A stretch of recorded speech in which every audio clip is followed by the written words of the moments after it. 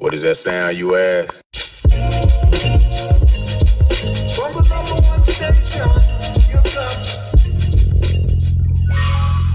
come. Welcome to the Rec Show podcast, a show dedicated to beatmakers around the world. Kick back, relax with the host Gold in mind.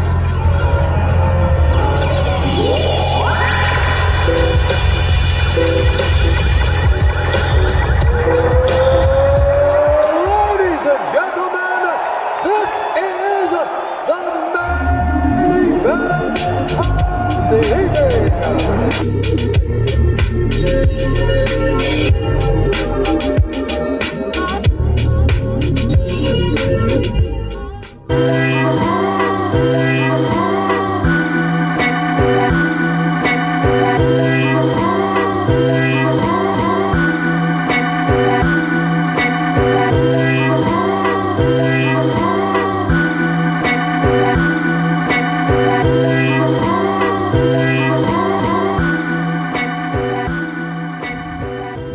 Check 1 2.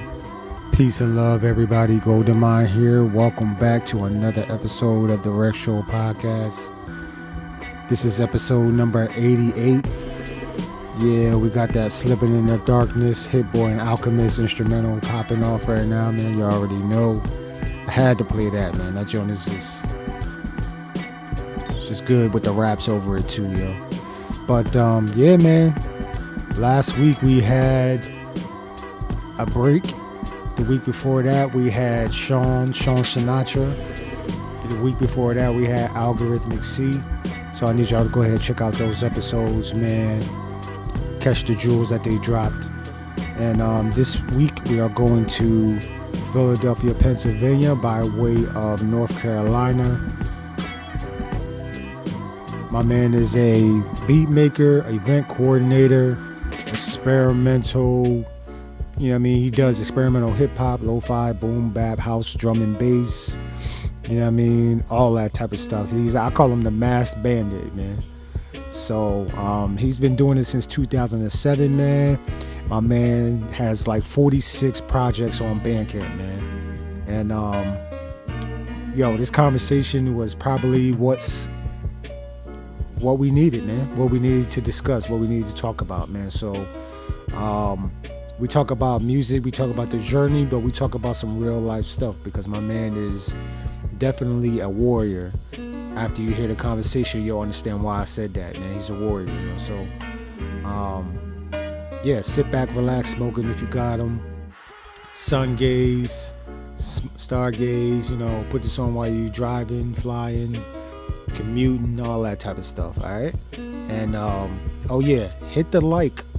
Hit the like on this podcast, man, on this episode. Share this. You know what I mean? You can rate it on Spotify now. And then soon it'll be coming to YouTube. So, yeah, man. I need the likes. I don't need them personally, but the algorithm needs the likes. You know, so more eyes can get to it, man. So, y'all enjoy, man. We'll be back with the one and only Cristen. All right? Cristen. That's capital C, period, capital R, period, capital I, period, capital S, period, capital T, period, capital E, period, capital N. That's it. Alright? We'll be back, man. Peace and love, yo. Make sure y'all count y'all blessings and not y'all's problems. Yeah.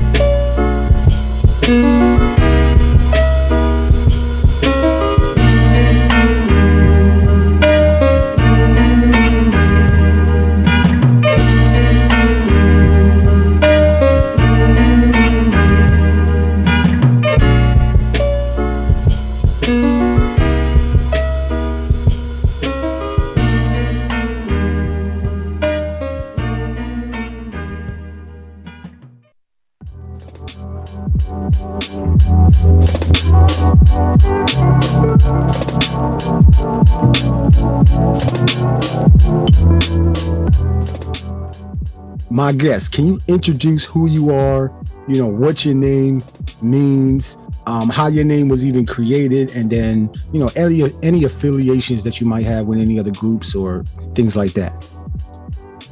Absolutely. Thank you all so much for tuning in.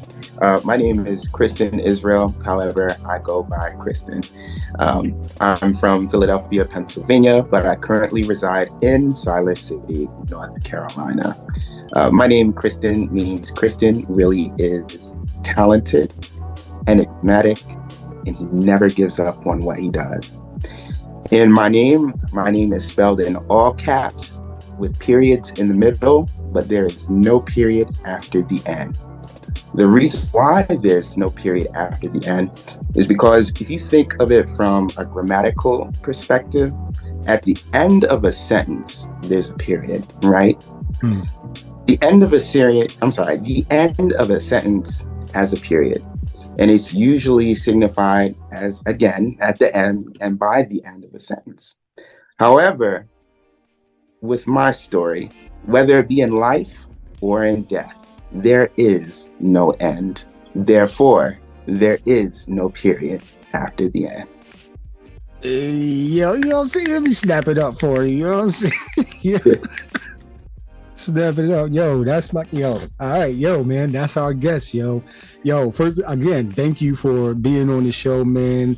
For my listeners who have never heard of you before, man, he's all over Bandcamp, man. He's got like, I want to say almost 26 to 30, maybe even more, beat tapes all over Bandcamp, man. He's collabed with some of the people that you might know. Like, he's done a lot of collab beat tapes as well, man. We're gonna get into talking about some of those albums as well. But a lot of your inspirations come from like lo-fi music, jazz, Bosanova, 90s house, R&B. Like you're not boxed into one specific thing. So I gotta ask you this. As a kid growing up, like, who were you around that was influencing your musical taste that you like use today? Well, it's interesting because growing up, I was in church. Like, I grew up in church. My mother was an evangelist and my father was a reverend. So interestingly enough, like, my upbringing was with gospel music and classical, because in our household, that's the only types of music that I was allowed to. So, so really, in growing up as a PK, like, it was really difficult to get out and really expand my musical taste because, I was kind of constricted to specific types of music that I could listen to. Really, it wasn't until I got to college that was when I was able to really get out on my own and explore different types of music. When I got to college, I had some college classmates that put me on to cats like Ohbliv, Tuamie, Kxwledge. Oh, the heavy hitters. The heavy hitters. And I was like, yo, what is this? And he told me, like, yo, there's this really niche, like, beat making scene full of really dope beat makers, and that I should do some research and check them out and look for more folks. And I was like, okay, yeah. I'm in class, like, 'cause I'm a media studies major, and basically for class projects, we would have to record demo reels. So after I would get done doing my demo reels for a class, we would just go into, me and my classmates, we would go into the production room and like just look up like Flying Lotus stuff on YouTube and Ohbliv and Tuamie. And we would just like listen to playlists with their stuff on it. And I'm just like, yo, I don't know what this is, but this is. And like from there, I just began listening more and more and more. And then I began like just really getting enveloped into the scene of experimental music, and just by digging and listening to some of those guys, like I began to research like some of their sample sources, and a lot of times I would come up across jazz fusion, bossa nova, samba, and I'm just like, yo, this is lit. I like this. I don't know what this is, but I like it. And so it kind of grew on me, and I began doing research of my own, from them into the different types of music that there are out there in the world. And so, by enriching myself and doing my research, I was able to learn about new, exciting types of music.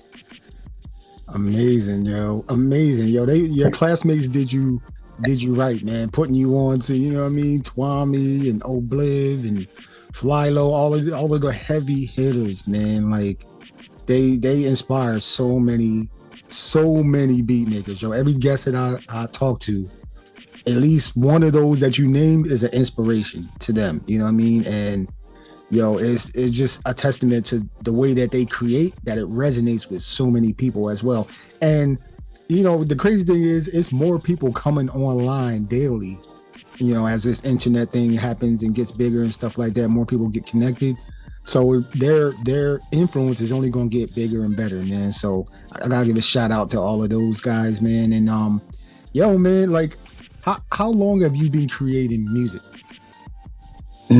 I've been making beats since 2007, so it's been a while. It's been a while. It's been a while. I mean, like, how would you say your journey has been since 2007? I know we all on this journey, you know what I mean, and we all learning and adding to our toolkits and changing up how we do different things and stuff like that. But how would you rate your own beat making journey? Well, I would say this. I don't think I could rate it because it's an ever-changing journey. It's still to this day. I would say that at one point I thought I knew what there was to making beats, but now more than 10 years down the line, I don't know anything. I don't know anything, man. Like, there are so many ways to make beats. So many ways, One person could say, well, FL Studio is like the definitive thing that you can use to make beats. That's all you can use to make beats in a DAW, FL Studio. But then one person, the other end, could say, well, I disagree.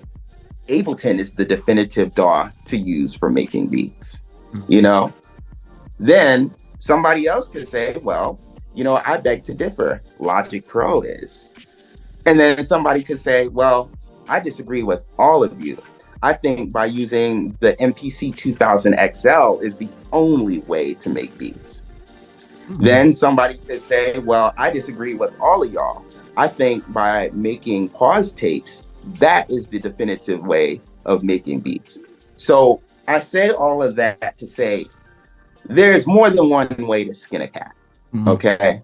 There's more than one way to skin a cat, but the goal of it all is to make music. It doesn't matter how you do it, make it. Because it's coming from you, it's coming from here. It's coming from your heart. And ultimately, that's what matters. That's what matters. And, you may find that you might make beats one type of way at the beginning of your journey. And you might find yourself in the present making beats a whole nother type of way. But ultimately, it's about what comes from here. I could say that with everything that I've made throughout my tenure up until now, whether it be through FL Studio, whether it be through making pause tapes, whether it be through having my work on cassette tapes, or whether it be through having my stuff through the 404, it's still music at the end of the day. And its primary objective is to inspire, to touch others, to make them want to get up and do what they want to do in life. And that is how I would define my journey up until now. Yo, you dropping crazy jewels already. Yo, we only 3 questions in, bro. Yo, that's just I know they're gonna replay this, man. Like that. Yo, man. Yo, we gotta let that one live for a second, man, because that was wow. Okay, here's my next question. Are you trained on any instruments right now? No. Okay, so everything is by ear. All your sampling chops, your drums, the way you program your drums and stuff like that, everything is by ear and feeling. Where did you develop, like, throughout your 10 plus years of making beats? Like, is that just something that you just did from day one, just learning how to do all of that? It came through repetition, like continuous practice. You know, practice makes perfect. And just about every day, if not every day, every other day. But I will say that every week I made a beat, or I tried to make a beat. And by hearing the same thing over and over and over and over again, it begins to get ingrained in you, you know? And over time, the more that you do something over and over and over again, it becomes a part of you. I could say that really through and by repetition, by making beats every day or every other day, really got the skill of learning like when to loop, you know, where and when to put my kicks, my efficiency, you know, my workflow, work speed, all of those things increased over time due to repetition. You know, really repetition is key. You know, you just have to keep doing it, keep doing it, keep doing it, keep doing it, keep doing it until you can't anymore. Keep doing it. And then over time, I think that your skills will come to you, you know? It's kind of like refining a blade, you know? You have to continuously like put it to the grindstone to sharpen your skills, to sharpen the blade. You know, you just have to keep on going, keep on going, keep on refining it, keep on refining it, keep on refining it. You know, even during times where I know what I was doing, times where I thought I was making a nice beat and that beat was garbage. but we all have, you know, nah, for real. But it's just a matter of doing, you know, taking action is really what it's about. Taking action is what provides results. You know, like some people say talk is cheap. It is. Action speaks louder than words. And your actions will provide results. As long as you are diligent in continuously sharpening your blade all the time, every day. That's that samurai talk right there, yo. I know you listen. You watch anime? I do. I'm like, yo, all I can see is oh man, what's my guy? Flylo did an album for Netflix, man. I know the Black Samurai. Yeah, the Black Samurai, man. I just remember, you know what I mean, sharpening the blade. Yeah, man. Like we're gonna get into the anime talking a little bit, but yo, man, that's that 10,000 hour talk. You know what I'm saying? Like, and not quitting, man. Just every day, just take a step. Just take a step. Just take a step towards where you're trying to go, man. That's all it takes, man. But I have to ask you, and we're still talking a little bit about your history, but What was that one moment that sparked your interest in even wanting to create beats and music and stuff like that? So this is a funny story. Like, and before I say this, if this ever finds me down the line, I want to give this disclosure. I have no hatred towards said person. I have a deep respect for you, actually, because of what you did in the creative scene. But at the time when I started making beats in 2007, there was a music producer called Soulja Boy. He was also a rapper that came out, and he had just released Crank That, and he made it through FL Studio. I heard it on the radio. Wasn't supposed to be listening to secular music. I heard it, and I heard it being talked about amongst classmates. In 2007, I was in my senior year in high school. Classmates and all were talking about it. I heard it. I thought it was whack. I thought it was straight trash. And I saw, like, at that time, YouTube had just started. And I saw an interview from Soulja Boy online, and I found out that he made that song through a program called FL Studio. So I said to myself, I was like, you know what? This guy is around the same age as me. If he can make something like this and go viral like that, then I can do the same thing as well. So I go on the ImageLine website, I download FL Studio 8, and I start making a beat. Trash. Garbage. Like, absolute garbage. A lot of my beats after that were also absolute garbage. But just the idea of feeling like I can do something better than somebody else, or I can be just as good as somebody else or better, really got me into the beat making scene. But of course, since then my mentality has changed. I've grown, I've matured. However, I do feel like everybody, regardless of whatever type of music that you make, I believe that everyone has a purpose in it all.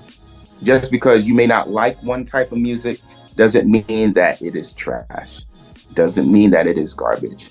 Everyone has their own place, just like I do. And so at that time, that's what got me into it. But now that I'm older and I have a greater appreciation for all different types of music, I appreciate everybody that comes into the scene and everyone that has had an opportunity to contribute to make our scene what it is today. Awesome, awesome, man. Like, that I ain't going front, I thought the same thing about the Soulja Boy beat. I was like, this is what is because I'm growing up, I'm listening to Wu-Tang, I'm listening to Pete Rock, I'm listening to all these different beat makers, and I'm like, what is this? Like, I'm like, dan. I'm like, what? Okay. So the dance went with it, but then the dance with the camera, so everybody can film the dance moves, made it even more popular. So, that's a testament to him marketing that in that fashion, to where it was the first of its kind type of thing, So, we all learning, man. We all learning. But that was interesting because right now FL Studio is on like 500, and you started with number 8. So, they they definitely leveled up. But the simple fact that you thought, I can do this, man. I can do this. I can put myself out there and learn. These beats is garbage. Nobody's ever going to listen to your first beats. I already deleted mines already, so they hard garbage, yo. But as you get older, you know what I mean, and you get to that 10,000 plus hours, that's when you like, okay, yeah, now, okay, I think I'm on to something. I know how to do this. This sounds good. I will play this in front of people. When was that? Was that the same moment when you got better? Like, what was that moment like when you were like, yo, I'm ready for people to hear my beats now? That's a very good question. Honestly, that was a point where I began meeting a lot of other people in the beat making scene, the music production scene that I know. Um, I began getting involved in online groups of other beat makers. You know, I would say maybe about year 3 of music production is when I started um, gaining a little more confidence in my what I felt was like my trash beats, but I felt like it was just a little bit less trash at this point. So I started like uploading my music to SoundCloud, which at the time was a very, very, very popular streaming platform for beat makers and music producers. They would use SoundCloud as a means of getting their music out there. And a lot of people were actually finding out about other beat makers on SoundCloud through that. It was known as the SoundCloud era, where a lot of beat makers were really like getting their shine through and by SoundCloud, you know? And it was like the entryway for beat makers to get in and get notoriety. So again, it was about year 3, which I started uploading content to SoundCloud. And, you know, from there, I just continued to upload content from there over the years. SoundCloud era, man. That was a huge era, man. Like, there's so much music on SoundCloud. Like, you can never get bored of SoundCloud if you doing your research and stuff like that. There's so much content on SoundCloud. And I only put a little bit of my music on there, but from the people that I've interviewed, including yourself, like, y'all got crazy music on SoundCloud. So for my listeners, man, if y'all listening, go to the SoundCloud, man. Just go through his profile, listen to the music, man. Watch and listen to the elevation in his music and in his in the way he creates his music and his beats and the switch ups and all that stuff, man. So, yo, okay. Talking about that, I gotta ask you about, and this might be a hard question, but if you can you name that one beat or that one song that, you know what I mean, just blew your brain to be like, yo, like, this is the craziest beat I ever heard. Like, yo, I need to go home right now and try and make this. Ooh. And it may be more than one, it may be 2, maybe 3. But I know you got them. I know you got some on the top of your head, though. That is a loaded question. Oh man, I feel like I couldn't name just one. There are multiple. I would say one of them would be "Oh Boy" by Dipset. That for me was a big thing. Like, and I mentioned earlier, like, getting into college, I was able to find out about different types of music. One of the early groups, my early rap groups that I really got into, that I started learning about, was Dipset. And Dipset was a very, very, very big thing for me. Camron and Joel Santana, like, just listening to them, like, they went off. They went off, and it was really cool because it was, again, I was learning about rap music. But the beat for "Oh Boy," that really, like, got me into it. And when I could, I just played it again and again and again. Like, It was a big one for me. Oh boy, the Dipset Anthem. Classic. I'm trying to think. Classic. Still Feel Me by Jadakiss. That beat, that was another big one for me. I'm trying to think because there's a lot of them. There's really too many to name. Too many to name.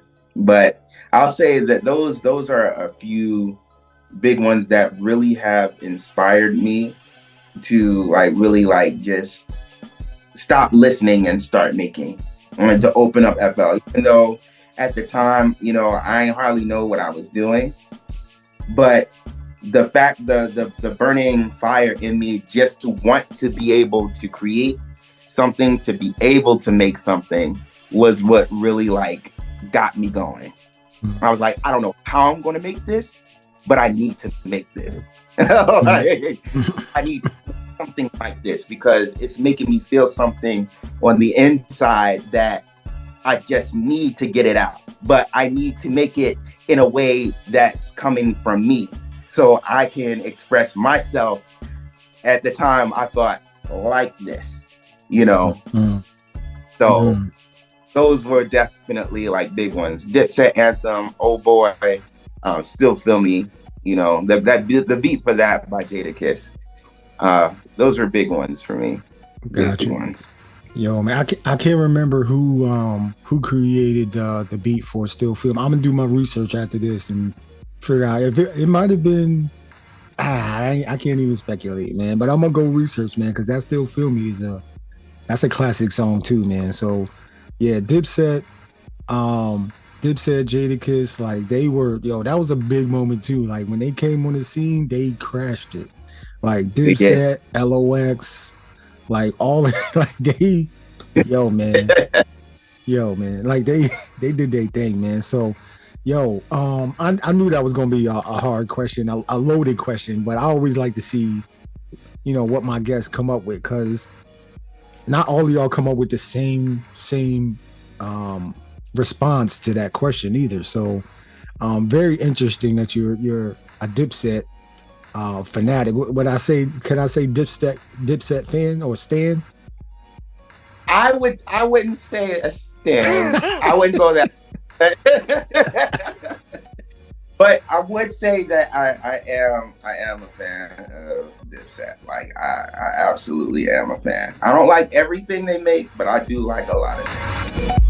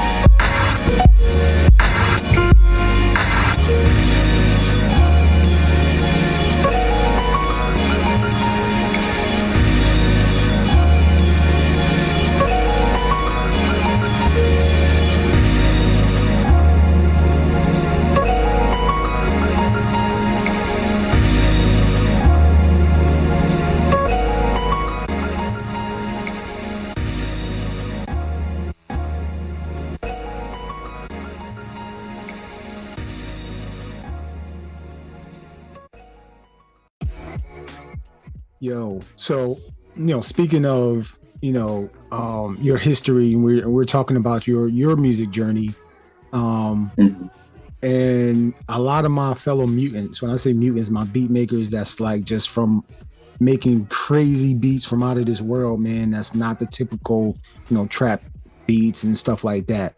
They're killing it, but they're on their own journey in this music creation thing. So if you can, and if you're able to, can you recommend some musts, like watch this or listen to this or read this type of content? Yeah, I would say, there are some people that um, I have had my eyes on that either, they're just coming up in the scene or, they've been working in their own lanes, but are really like starting to make waves. I'm gonna name some, and by some I mean a lot. So here we go. Okay, here we go. Yo, let's go. There's a guy named Farragal.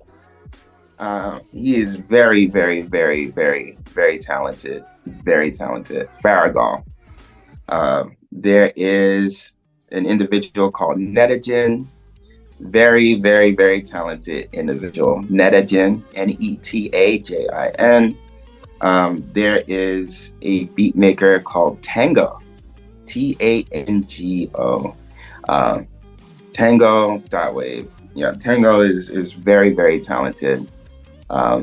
Katie Boulevard, she's an amazing beat maker. KATIE.BLBD. Suffdele, all caps, SUFFDELE.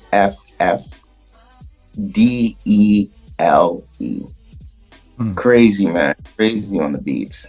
And I got my homie Deviant Sounds. Also, another. I heard his music. Yeah. Yeah, Devin DeWalt. That is the homie. Very, very, very talented young man. Very talented young man. Watch out for him. Keep your eyes. Deviant Sounds. Gotcha. Very. Also, I got my homies DFNS. From the Boppers. Shameless plug. DFNS. I got my homie Lungs. He also goes by Lone Sword as his beatmaker name. Lone Sword, but Lungs is a rapper and beatmaker. Really talented guy. There's also Feek, PHIIK. Amazing rapper. Like, my mind is blown at his skills. Very talented dude. Feek is out of this world. If you haven't, please take time and listen to Feek. Feek is crazy. Crazy good, Let's see. There is also my homie Kxwledge. Kxwledge, really, really talented dude. Talented beat maker. Kxwledge is extremely nice. So you have Kxwledge, have my homie Ampersand, AMPURSAND. Ampersand is a very, very, very good beat maker. Someone to absolutely keep your eyes glued on. Ampersand is great. Absolutely great, And I'm gonna give you one more. There's two more. I have my homie Cav. I believe he goes by Cav Beats, CAVBEATZ. His mixing and mastering skills are immaculate. He, I believe he specializes in trap beats, but he's in his own lane. I feel like there are, and no harm to anybody when I say this, but I'm gonna say it anyway. It's you've got some people who are music producers and beat makers, and that's cool. But then you also have, beat makers and music producers who are just that, but you can tell that they're not just regular beat makers or music producers. It's like they have something ordained for them, something much higher for them, like a higher purpose. And I really feel in my heart of hearts that Cav Beats is one of those people. I feel like he's going to really make it beyond what we may have as just in the community. I believe that this man is going to make it big, placements big, and really is going to be making big differences in the sound in, I feel like, the music industry as a whole. So definitely keep your eyes locked on Cav Beats. And my last recommendation is Feek. Kid. That's FIJIKID. Kid is a very, very, very, very creative individual. He's also my roommate. Very creative individual, makes amazing content, is an amazing beat maker, and he's also up and coming. I highly suggest folks keep an eye on BG Kid as well. So those are my recommendations for now.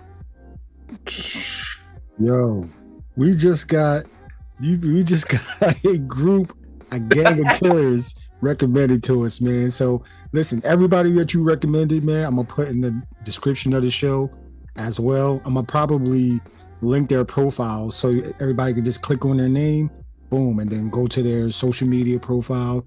Go ahead and do your research, go down the rabbit hole, man. Like, okay, so I gotta ask you this too, man. Like, I know you got the SPs, you know, every generation of SP most likely, SP44SX, SA, SP44A, and then the new Mark II. Are there any other like DAWs or groove boxes, you know, beat machines that you use in order to create your music, your sounds, and why? So I'll tell you everything that I use. I have a dual cassette deck. I make pause tapes through that. I usually run my record player through my cassette deck, and I'll make pause tapes through that. So like sometimes I'll find like loops and things on the cassette player, and well, not cassette player, I'm sorry, the record player through the records, and I'll find particular loops and things that I want, and then I'll just dub that on cassette tape, run it back, and then just keep on like dubbing the loops over. Sometimes I'll run the cassette deck through the 404 for post-processing, and then I'll record that in the machine to make it a little bit faster. Mm-hmm. But you even like put stuff through the cassette deck, it also like degrades the quality of the sound, which is really something that I go for a lot in my music. And, you know, in post-processing effects through the SP, that also helps to, you know, EQ it the way that I'd like to do it. So I have the SP404SX, I have the SP404A, the SP404 Mark II, the dual cassette decks, and I have FL Studio. I also have Ableton, but truth be told, I don't know how to use it. Ableton, yeah. I don't know how to use Ableton. I've really tried, but it's just not sticking with me. Some people say it's better than FL. I'm like, more power to you. I'm gonna use what. So those are, you know, the things that I use to make beats, and the record player as well. I collect vinyls, so all of those are things I use, hardware and software, to make. I got you. Interesting, man. Interesting on the tape deck. You know what I mean? The looping thing, man. Pause tapes, and then man. Everybody got their process, man. I didn't want you to give nothing away that's a secret for you or anything like that, you know. So, but very interesting about the 2-deck cassette tapes. Like, that's very interesting. And I know, yeah, you're right. It does degrade the sound, but you know, in an era where everything is so clean and polished, man, I think that's what sets the beat community apart. Is we still can use that music, whether it sounds crazy or not, and still flip it into something that's like just crazy sounding, you know. So, like, who did you come up with that your own, like just experimenting with different ways to create music? So I basically got inspired. I got inspired by like reading forums, watching interviews from, you know, people that I looked up to, beatmakers that I looked up to, watching YouTube videos, seeing how, you know, other people made beats, you know, how other people produced. And, you know, I just tried a lot of different things over time, you know, tried different things, you know, tried to figure out what worked for me. how I, would like to make beats. And it's just over time, I experimented with things, through my inspiration. And I found things that worked for me, and, for me, really like in starting off in FL, that was a big staple for me, and, I feel like the cassette tape and the SP404 era started for me when I started going to college, because it was like at that point, my thing was I didn't have the money to get an SP404, much less the dual cassette deck. And basically, when I got my first SP, I used my financial aid. I used my financial aid to get that machine because I really wanted it. Like, ever since I was still learning about, beat making and getting into beat making, I had always wanted that, seeing things like my first, what is it? I'm getting a brain fart. Boiler room session with Ohbliv, it's like, yo, what is that machine he's using? And then I saw that it was called the SP404. And I did research on that online, and I found out that a lot of beat makers actually had that machine and were making beats on that. And I was like, I want one. But then, it was the price point of $500, which was something I didn't have. So, I continued to use FL until I could get to college. And then I used financial aid to get my first SP. And then, like, I just really went in on that. Like, I went in, learned what I could, read, when I would come back from my classes, I would just get on the computer, look up articles about the SP404.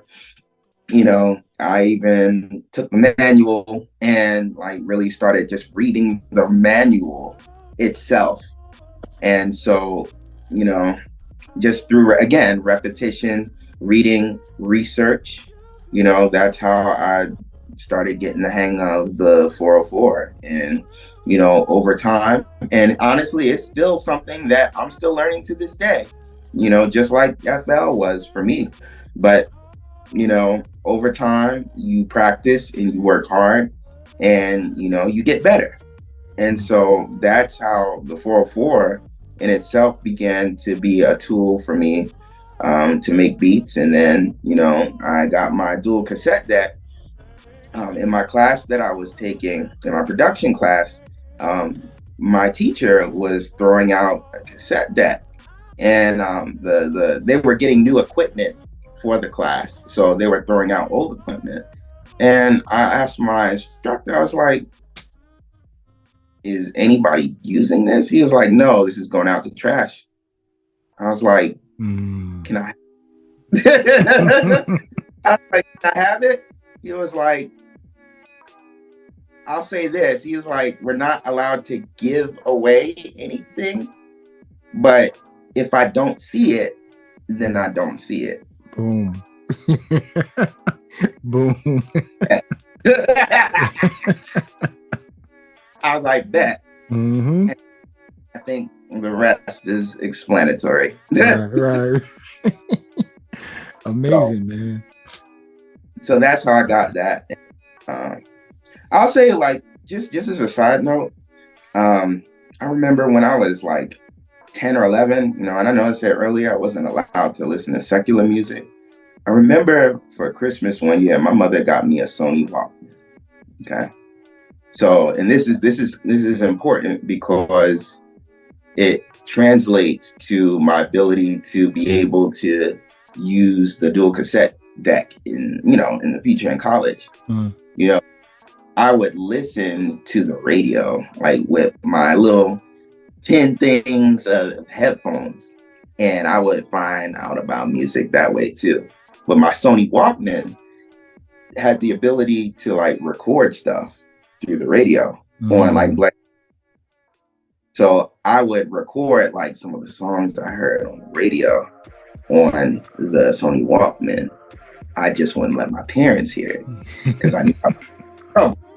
So I did hear some different types of music through the radio. But even in that, like, it wasn't until I got to college that I really started having the freedom to listen to all sorts of different types of music, all genres, and really like work with the types of music that resonated within me.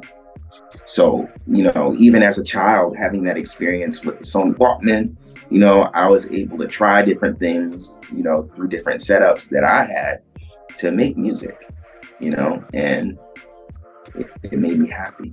Mm-hmm. It's still, you know, making music makes me happy, man.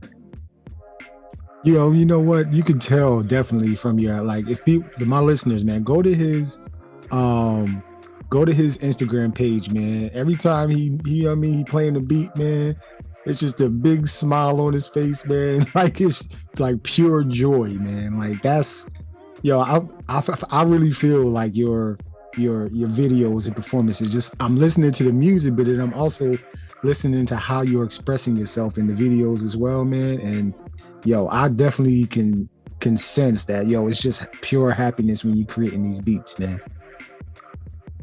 Thank you, man. It is like, it comes from, when I make music, it comes from a place of sincerity. You know, it's more than just, I'm just getting on here and, you know, calling something lo-fi hip hop and having a plant right here and calling it chill music to sip Pepsi to, you know, but it's really something that resonates within my soul. It's something that comes from deep within.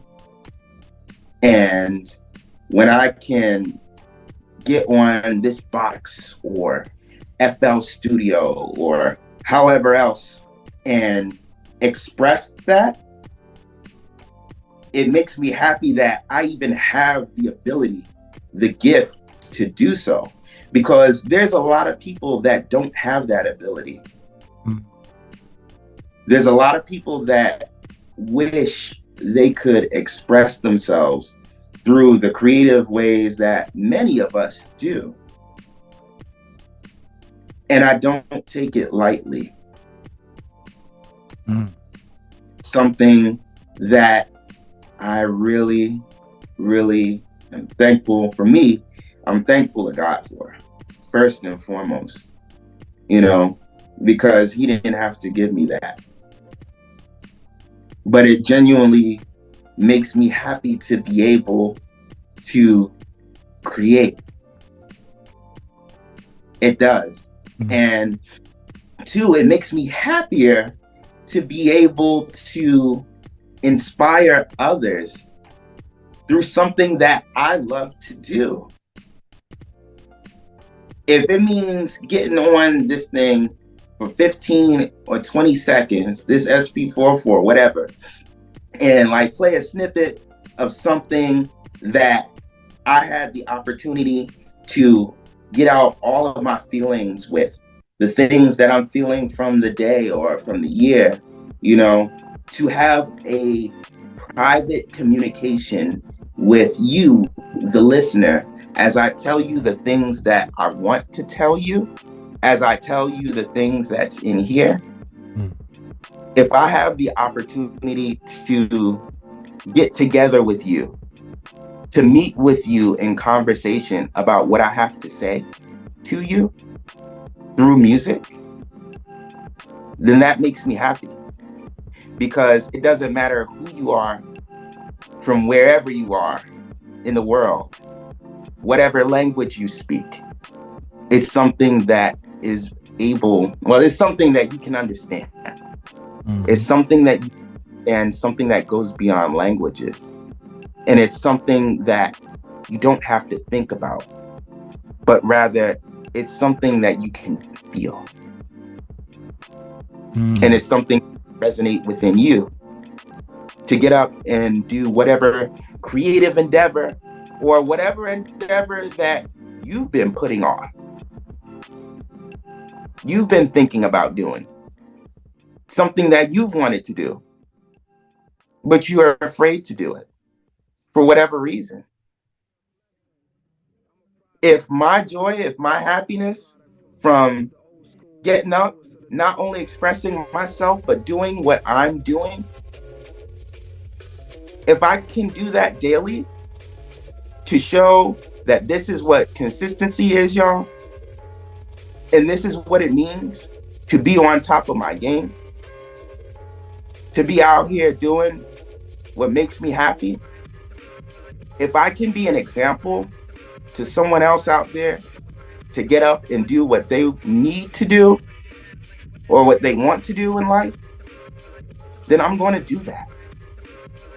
I'm not going to make beats just for myself, but to make beats for the thousands, the millions of people out there who can be inspired.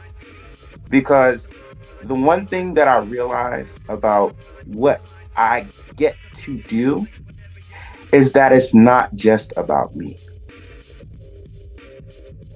It isn't.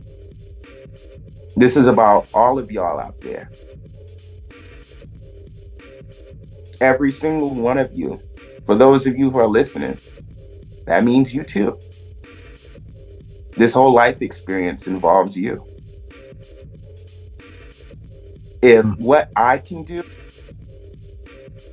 can inspire you to get up and do what you want to do in life, I'm going to keep doing that.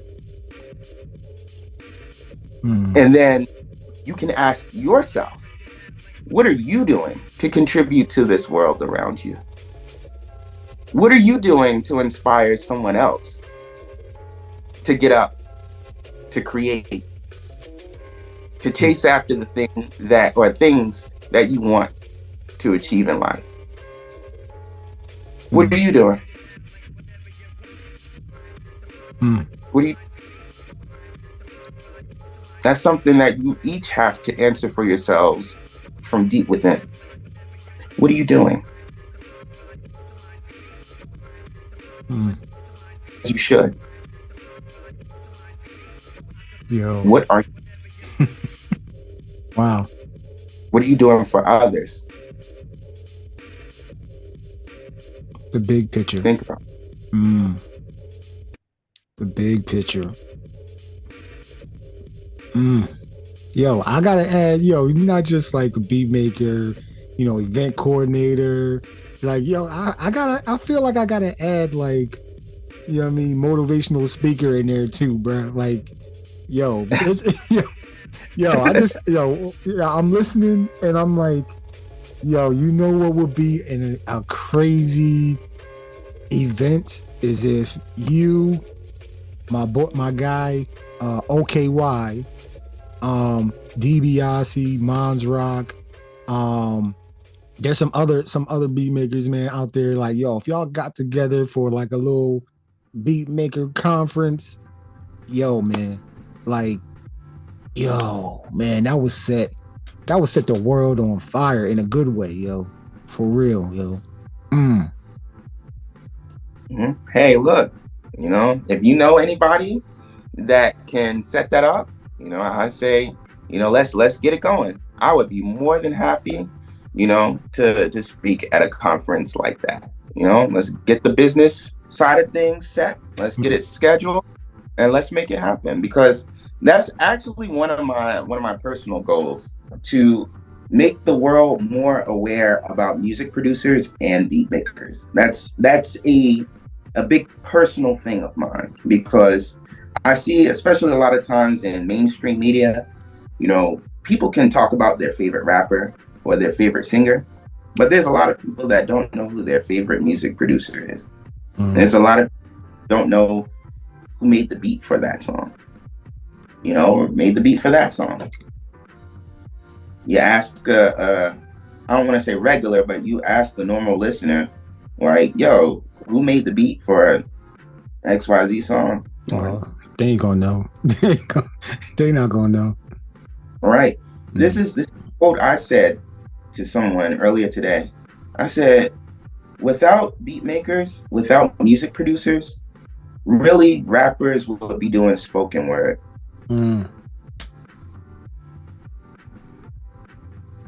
Really. You know, it's kind of like we do a tango. You know, music production, rapping, singing, they all go hand in hand. But without each other, they can't dance. They can't complete the dance. They can't complete the dance. We all need each other. But just as we all need each other, you know, the importance should all be on each other, which is why I think that it's a great thing that the beat making community is growing. I think that the beat scene is growing as well. However, I also feel the need to be able to assist in that, and whenever I can, you know, and wanting to organize shows, you know, then that's what I do as an event coordinator. Whenever I have the opportunities to be able to put shows together, put beat shows together, I do that. I handle booking.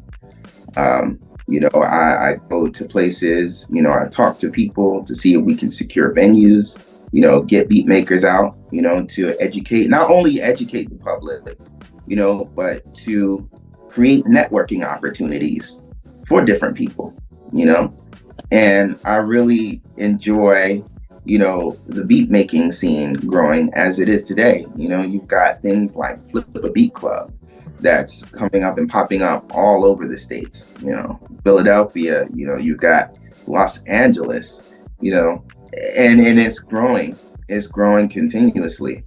You know, I think that there needs to be more beat making shows, more beat making scenes around the US, around the world, so that more people can know about music producers, and it can provide opportunities for music producers and beat makers to get to know each other.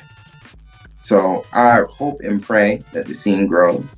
As an event coordinator, you know, that's something that I want to have a permanent job in, you know, coordinating events for other beat makers so that they can get their shine, the shine that they deserve, you know. And, you know, when I can, doing shows my own self, you know, performing live at beat making shows my own self, but also being consistent and being diligent in my own craft so that I can inspire others and I can even open doors for others in ways that I may not even know about, that they may not even know about. But again, even in all that, it goes back to, it's not about me. You know, it's not about you. It's not about everybody else. It's about all of us. Yo, speaking of that, man, speaking of event coordinating and stuff like that, like what is, you know, and you're from Philly, but you moved to Siler City, North Carolina? Okay, Siler so City. I'm from Camden, New Jersey, man. So I'm right over the bridge from Philly, bro. So I gotta ask you this, man. Like, what is the beat scene like in Siler City, North Carolina, yo? It is And not existing. who should we be on the lookout for besides the names that you named before? Like, what is that scene like, yo? In Siler City, look, there's nothing here, yo. There's no one here. No one that I know about. I'll put it that way. You know, you always have to add that disclaimer. No one that I know about. This is a town, to my knowledge, of less than 9,000 in population. It is a very small town.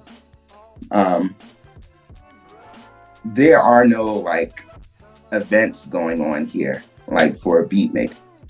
It is a very small, very rural town.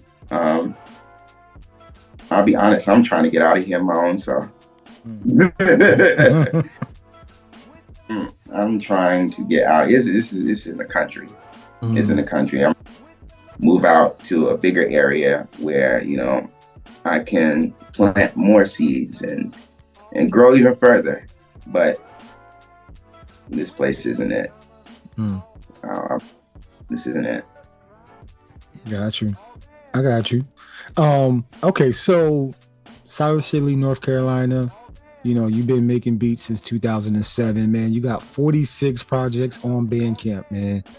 46 of them things. That's not including SoundCloud. That's not including probably DSPs and stuff like that. But, 46 is a major, like, holy crap. Like, you've been doing your thing. So I got to ask you about a few of your albums that you put out, man.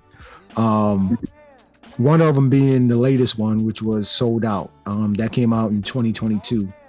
What was it like creating that joint? Because that joint is fire. And then I also got to ask you about Flowers. Because when I listen to Flowers, I'm like, damn, man, this thing is amazing. And then you got Reasons before that. Reasons came out before that, but then you also have a album called Therapy. And I don't want to get too heavy, but when I listen to that album, man, you definitely express your emotion on that album. So can you just go into what went on with you when you were making those albums? Therapy, Reasons, Flowers, and Soldout. Yeah. So with that, I know you said you didn't want to get too heavy, but I kind of have to, do a little digging because it's very important to the narrative. Reasons, Flowers, and Therapy were all created because I've been really going through it. I lost my mom, my dad, and my brother almost years consecutively after one another. I lost my only brother, in 2017. I lost my mom in 2018, and I lost my dad in 2020. So for me, music is a super important way to get my feelings out because I battle with them daily. I really do. Constant prayer, going to therapy, that really helps, but it's still a struggle, just being honest. Mm-hmm. And, those three in particular were ways of me like questioning, my emotions, my feelings. Reasons was attempting to emotionally like find reasons for why they died, why in the proximity. Therapy was a release that I put out through cassette tape and digital because I couldn't afford therapy at that time. I wanted to go, but I couldn't afford it. And so I made that album as a way to basically attempt to self-medicate, to treat myself, to try to be okay, so to speak. Mm-hmm. And so I basically, and honestly, that's what I do with all of my music, really. I spill my emotions out, which is also important, again, because everybody can take music in their own ways. I may be saying something to someone, but they may be interpreting it another way. They may be going through something in their life that my music could speak to them in a way that relates to them, in a means that's relative. So, I use music as a way to get out all of my feelings, my thoughts, my ideas, my struggles. And, again, I go through it daily. Even with those three, I also am disabled. I suffer from epilepsy, and I struggle with that on a very, very, very, very, very often type of deal. And it's one of the big battles that I fight, beyond social media. I had to go to the hospital today, uh, to get an MRI because, it might be something going on because I've had seizures the past 3 or 4 months, back to back. And so, I had to get an MRI today, to see what's going on. So I deal with epilepsy, beyond the scene. And, I try to make music to get out of myself, to get out of my head about like, why is this going on? Why do I have to take so much medication? Why does this keep happening to me? Why am I keep having seizures? Why can't I be regular like everybody else? Why can't I drive? Things like that. Mm. So again, even more so, it's important that I make music for my sanity. I do that for my sanity to help keep me, and Soldout, I had made that. I was actually having a conversation with someone about the whole Kanye West thing. And, we got into that, and I was like, you know what, let me just make this called Soldout, and I made music based off of how I really felt about that. But really for me, music is a very, very big way of getting out a lot of things, a lot of emotions, a lot of feelings. It's definitely an activity that is based off of feeling, and it's a healthy way to get things out too. So I hope that answered. I know that was a lot, but I think it's also important to the narrative of who I am. I believe in transparency, and I also believe that my story could potentially help someone else. It goes back to the central theme of what we're talking about. It's not just about you. It's not just about me.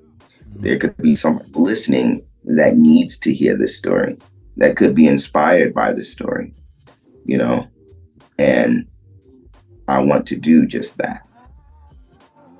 Got you, man. Yo, first of all, I want to offer my condolences, man. No, I don't even understand like how you're pushing through right now, but you are. For some reason, your resolve and fortitude is still there. Like where do you think that came from, to where you're still pushing on, you're still creating, you're still living life? You know what I'm saying? Two things. God first and foremost. Uh-huh. Second thing is more cut and dry. I don't want to die. Like, I have two options. I can live or I can die. I can be, woe is me, I keep having seizures. Why can't I be normal like this person? Why can't I drive? Why can't I do the things I want to do? I could give over to that. I could let my disability define me, and I could die. That's an option. It's a valid option if it's something that I wanted to do. But I want to live, man. I want to live. I choose to live. I choose to live because there's so many great things that life has to offer. There's so many things that I'm fighting for that I can't get in death. Mm. There's many people that I'm fighting for, who honestly, some of them are in worse conditions, worse situations than I am. So what makes my suffering unique, special? Who am I?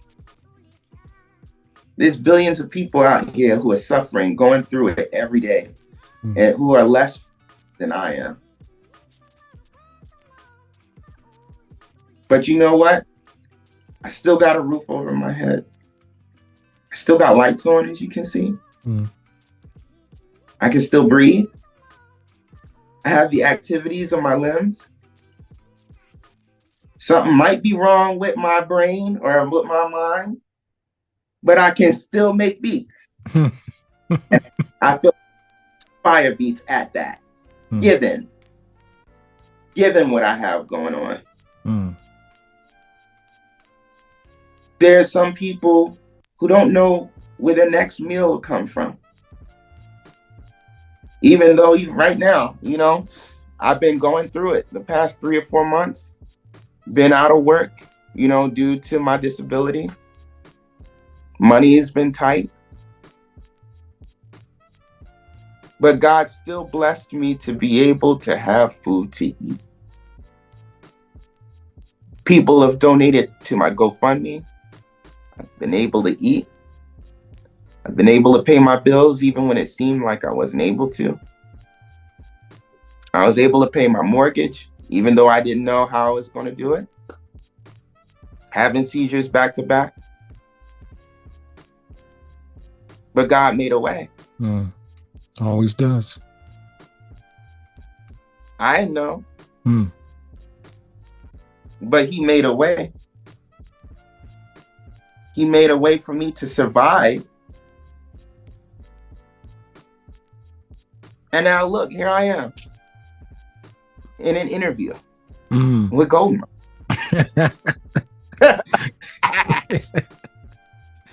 You know? Yeah. I choose to live. I choose to keep fighting. And I choose to let God take care of it. Because I don't know how else I can do that. Because it's not just me. That's for sure.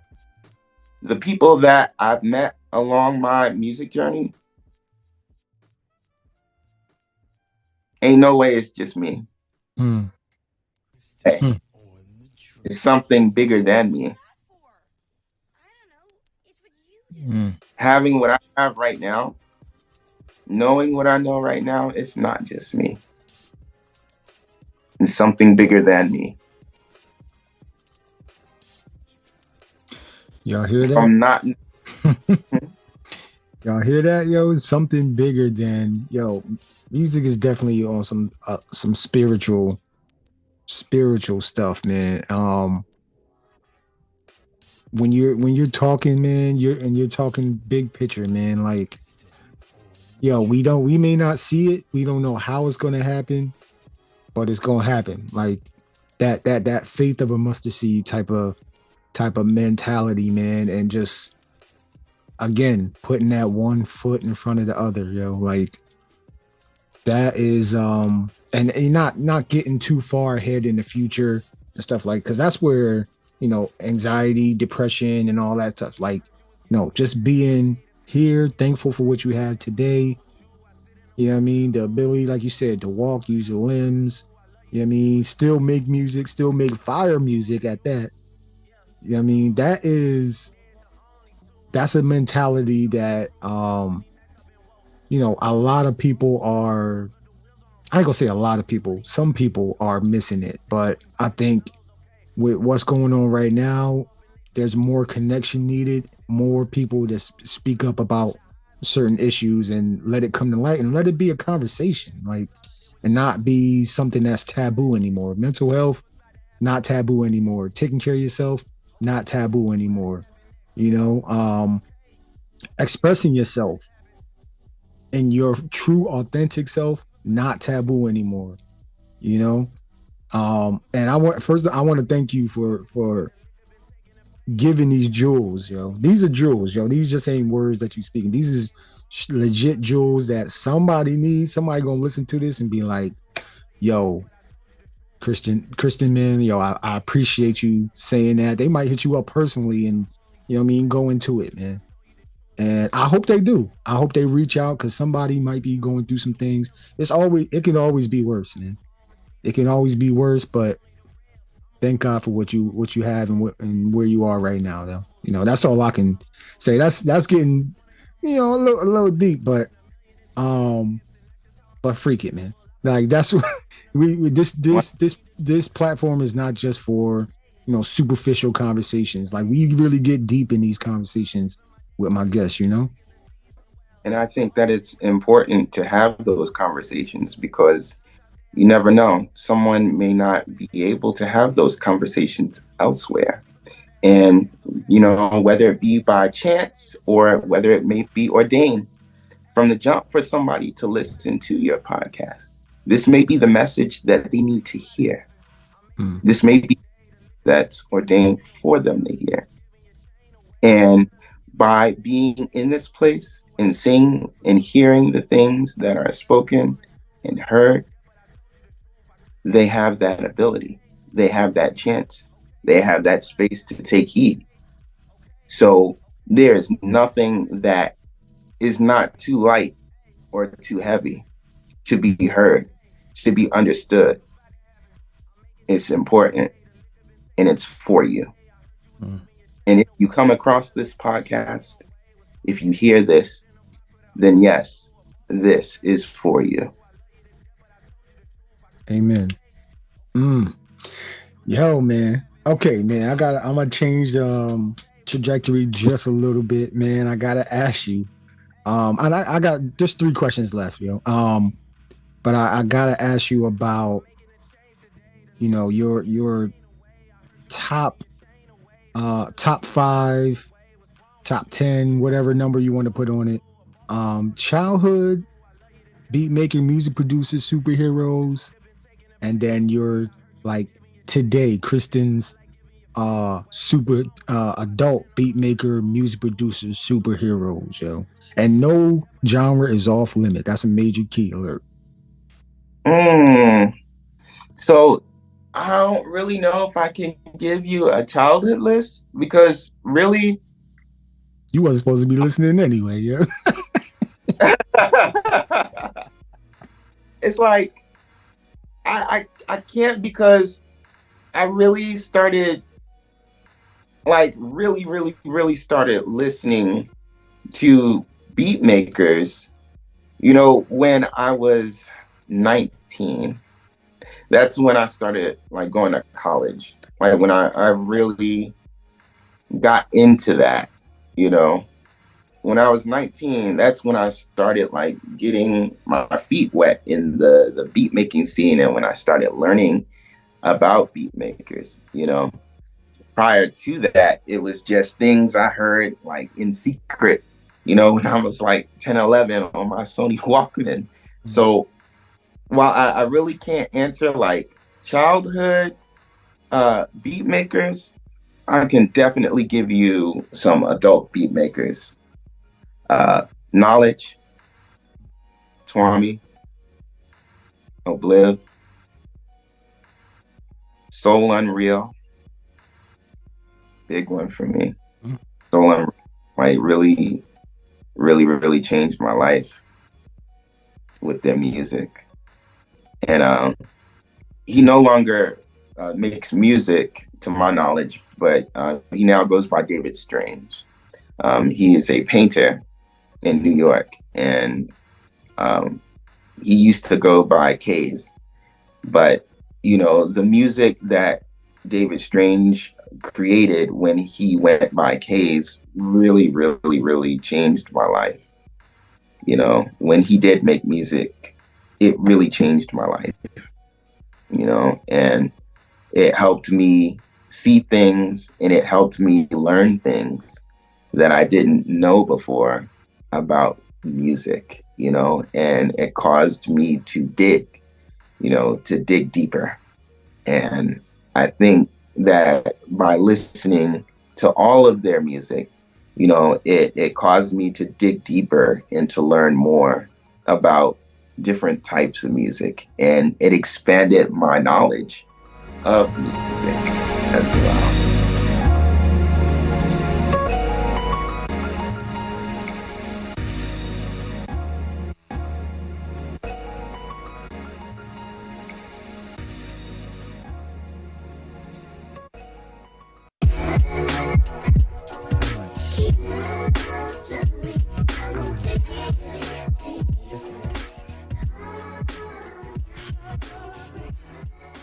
Can you tell the people where you've performed and why the mask when you perform? Is that the alter ego? So first I think you said I performed at Beat House. Is that correct? That might have just been a t-shirt I saw you wear or something like that. Yeah. Oh, okay. So I've never like done anything with Beat House yet, but it's something that I've always wanted to do. Like there's actually a lot of scenes up north that I would love to get involved in. If you're listening and you do have something to do with any of those scenes, if you could please help me get into the right hands of booking a show, please, I would greatly appreciate that. Thank you so much. But back to but so as far as the mask is concerned, I have a friend that makes makes masks for wrestling promotions like New Japan Pro Wrestling, WWE, Ring of Honor, Impact Wrestling, etc. And I had a birthday coming up, and he gave me a silver mask, you know, and I thought it was so cool. I thought it was so cool. And then honestly, like, that mask got worn out. And so this one, the new one that I have that looks like an Anubis mask, he made that for me as well, you know, and I was like so happy. You know, he ain't had to do that, but I was so happy that he did. And really, why the mask? I love wrestling. Like, as a kid, I loved wrestling. You know, it was one of the things that I was allowed to watch. Yeah, you know, as a PK, it was one of the things that I was allowed to watch. So like watching pro wrestling really like inspired me, you know, and I like taking bits and pieces of my childhood on stage with me when I perform live.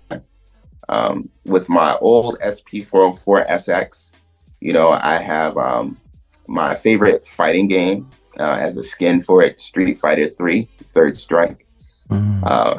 Also had replaced the knobs with red caps, you know, in lieu of like arcade buttons, you know, for the red caps. So basically, you know, using the SP404, you know, and modding it like that, it reminded me of like a fight stick and Third Strike.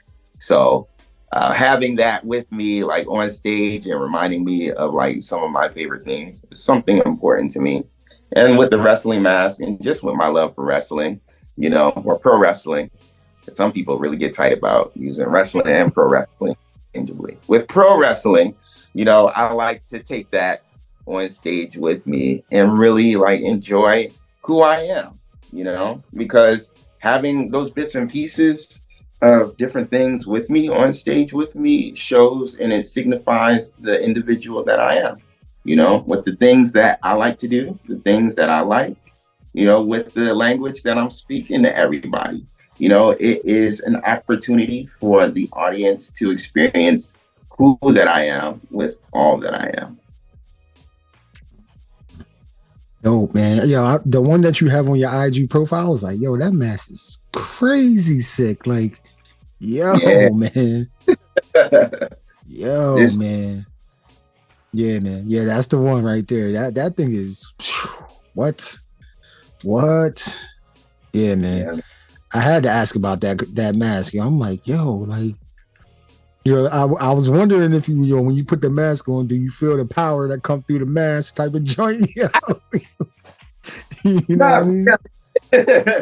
Not really, but like what's funny is that I've actually considered like dropping the whole mask thing, and just like being me. But at the same time, I think to myself like, why should I have to do that? Why should I do that? If this is a part of who I am, then it's an opportunity for somebody to see that. You know what I'm saying? Mm-hmm. So if you get to see that, if you get to see what I like, if you get to see what I love to do, what I love to be involved in, then hey, that's a part of the experience. So, that's what I like, and that's what you'll get. If you don't like it, hey, that's tough. You heard him. Yo, you heard, yo, you know what I'm saying? Yo, and just enjoy what you listening to, what you seeing, yo. That's it, man. Okay, last two questions, man. I gotta ask this. What's one thing you wish you knew before you started on this music journey? I wish I knew more about sync licensing. And I wish that all of the information and the connects for that, because and this is something that I actually want to take the opportunity to talk about real quick. There is money to be made in making beats for TV and film and video games. Media is an ever-changing thing. There's always a need for media, always. And whatever type it is, there's always a need for media, be it film, television, advertisements. There's always a need for it. And there's always a way to make money from it. Learn, y'all, if you're listening, like, learn to make royalty-free beats. It's cool to sample. That's actually my main thing, sampling. But it gets to a point where, and I've been seeing this more and more, where like online platforms like YouTube and Twitch are constantly taking down media because it's copywritten. It's copyrighted material. And, more and more platforms are really like tightening up on that. Having royalty-free content like decreases that by a long shot of you having to worry about having your music taken down or rejected because it's sampled, In addition, learning to create music libraries, having your ASCAP or BMI set up, and, reaching out to music supervisors through LinkedIn or online or however else you can, get a hold of some folks is really important and really big, because there's major money that can be made. There's a lot of people that are willing to pay front end and back end royalties for your content, and there are a lot of people that can get your content in things like Netflix and Hulu, HBO Max, Spotify, and all sorts of different things, all sorts of different TV shows, online shows. But they can't use it if it's sampled content. Learn to make royalty-free content. Build up your royalty-free library now so that you can then take your time, reach out, network, go to shows, go to recording studios, talk to people, get to know recording engineers, network, give them your royalty-free demos, and see if you can get in touch with some music supervisors to get the money that you deserve. I know it sounds like a lot right now, but I guarantee you, once you get your first quarterly check, after having all of your content submitted and passed to music supervisors, you'll be singing a different tune. I promise you that. That's something that I'm working on right now. So please take this opportunity to build up a royalty-free library. That's the biggest thing, the biggest takeaway that I'd like for all of you who are beat makers or music producers. I said music producers. Beat makers or music producers. If you are hearing this, please work on building a royalty-free music library. Network with music producers on LinkedIn. Go out, network with people at shows, at events, recording studios.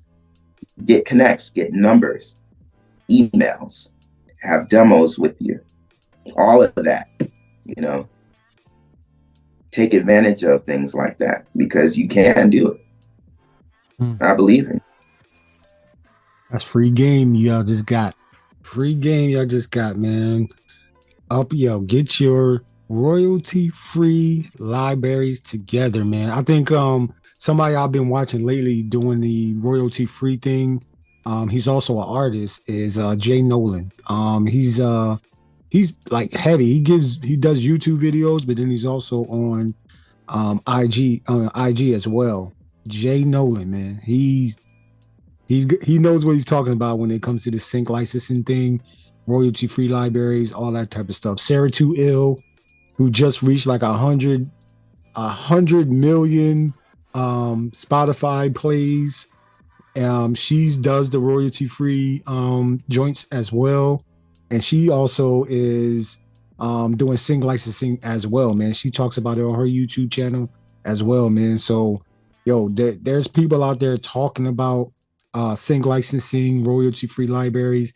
All you gotta do is just search it up, man. Like, everybody got a cell phone these days, so nobody's got an excuse anymore, man. But if you want to do that, the resources are there. If you just want to make beats just to, for fun, you just like to do it, and you want to perform it and stuff like that, like, go ahead. But if you try to make that mailbox money, you know what I'm saying? That mailbox money is what, what's going to keep the lights on and have you keep making beats. You know what I'm saying? Instead of overworking yourself all crazy, 60 hours a week, all that type of stuff, man. So, free game, man. I appreciate that for you, saying that and giving them the jewels for that, But last question, man. Cristen, what should the internets look out for from you in the rest of 2023? And how can the internets tap into you, what you're doing? Go ahead and plug your socials, any new projects you got going on. I know you work with a lot of people that you just named, which the beat tapes are on Bandcamp, so go ahead and support the Bandcamp as well. So I'll say this. You can tap in with me through all of my social media websites, all my social media connects. You can find them on my website at www.Cristen.me. Again, that's www.Cristen.me. Scroll down to the bottom of the page and you'll be able to see all links to my social medias. And you can click on there. You can follow me on each one. And then you'll be able to check for any new updates or anything regarding me. I will say that in 2023, the biggest thing that I will be working on this year is actually building up and working on sync licensing and getting sync placements. So don't be surprised if you hear a new song or two, through things like Netflix, things like Hulu or HBO Max. Instead, remember the conversations that I've had with you all today. Remember what I told you about sync licensing. Go on ASCAP or BMI. Get yourself registered. It's free. It is totally free. Takes literally about 10 to 15 minutes. You can do it. It's just a matter of whether or not you want to do it. Yo, man, y'all heard it here first, man. We got a beat maker, inspiring talker, like he's a event coordinator, you know what I mean, from Philly, living in North Carolina. Yo, man. Yo, yeah, like you are all around type of guy, man. So I want to say this, man. I want to say I appreciate you for being here, spending your time with me, giving these jewels to everybody, and send, strength your way, positive energy your way as well. And then also, Cristen has a GoFundMe that he started, man, to help him out during his medical issues that he's got going on. So I want everybody listening to this to go ahead and tap into that GoFundMe, man. Any amount counts, man. Seriously, any amount counts, man. If we say we want to support, the community, the beat community, this is one of those things where somebody's asking for help. Hey, let's go ahead and help out. You know what I'm saying? Don't just like it and just go on to the next thing, man. Just seriously send help that way. Even reach out to him and see, if y'all can work out something, if there's a show coming up, stuff like that. My man is ready. All right. That's what I'm going to say, man. So, yo, that's episode number 88, man, with Cristen. That's caps. I'm going to say all caps, man, from now on. Yo, caps. That's capital C, period. Capital R, period. Capital I, period. Capital S, period. Capital T, period. Capital E, period. Capital N, no period. There you go. Yo, any final thoughts for the internets, my guy, before we sign off? Yes, these are my last words to you all. If nobody else has told you today, I love you. I really do. 2, keep fighting. Life is worth living. Keep fighting. Don't stop. Regardless of whatever you're going through, don't stop. 3, don't let anybody tell you what you can or can't do. Only you can dictate what you can and can't do.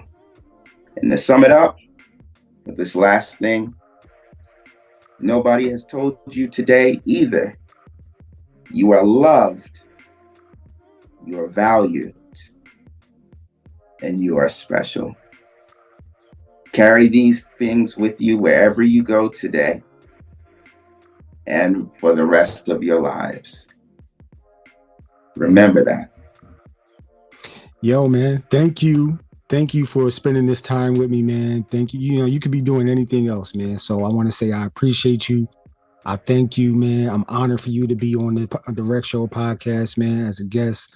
And anytime you have anything going on, just reach out to me, man. I'll do what I can to, send the bat signal out to everybody, let them know what's going on. And like I said, man, everybody that you named, everything that you recommended, I will put in the description of the show. So all everybody has to do was literally take your either thumb or your finger, scroll up, and then you can see the links and just tap on the links, man, and do it. Let it do what it do. You know what I'm saying? So I appreciate you, my G. I really do, man. Thank you.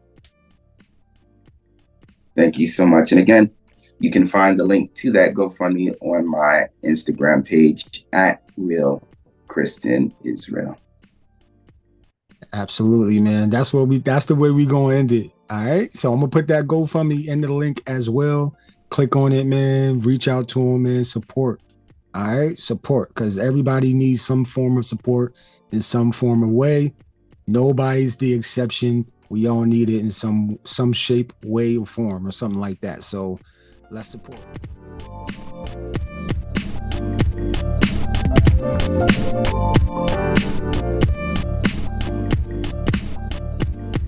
Yeah, man. So I want to thank my guest, Cristen. You know what I mean? The real Cristen Israel. For stopping by the Rec Show podcast, chopping it up with us, inspiring us, even through tough times, man, that he's going through. He's still inspiring, still living. He's still, creating. And that's inspiring as fuck to me, man. So I want everybody listening, man, don't even think about donating to the Retro Podcast, man. Just go directly to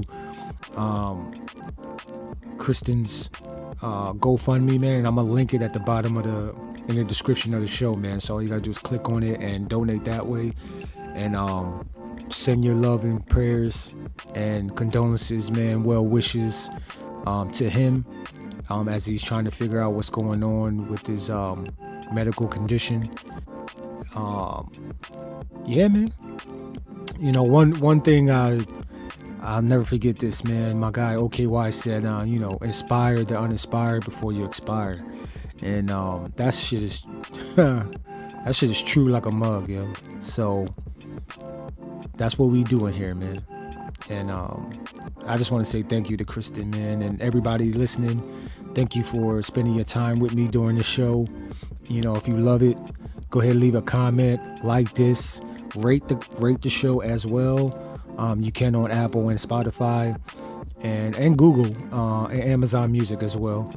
And you know what I mean? I appreciate every single one of y'all, man. So until the next week or next month, it's about to be April. We're about to have a dope show, dope shows next month. So stay synced with me. And I'm going to see y'all on another episode of the Retro Podcast. Peace and love, yo.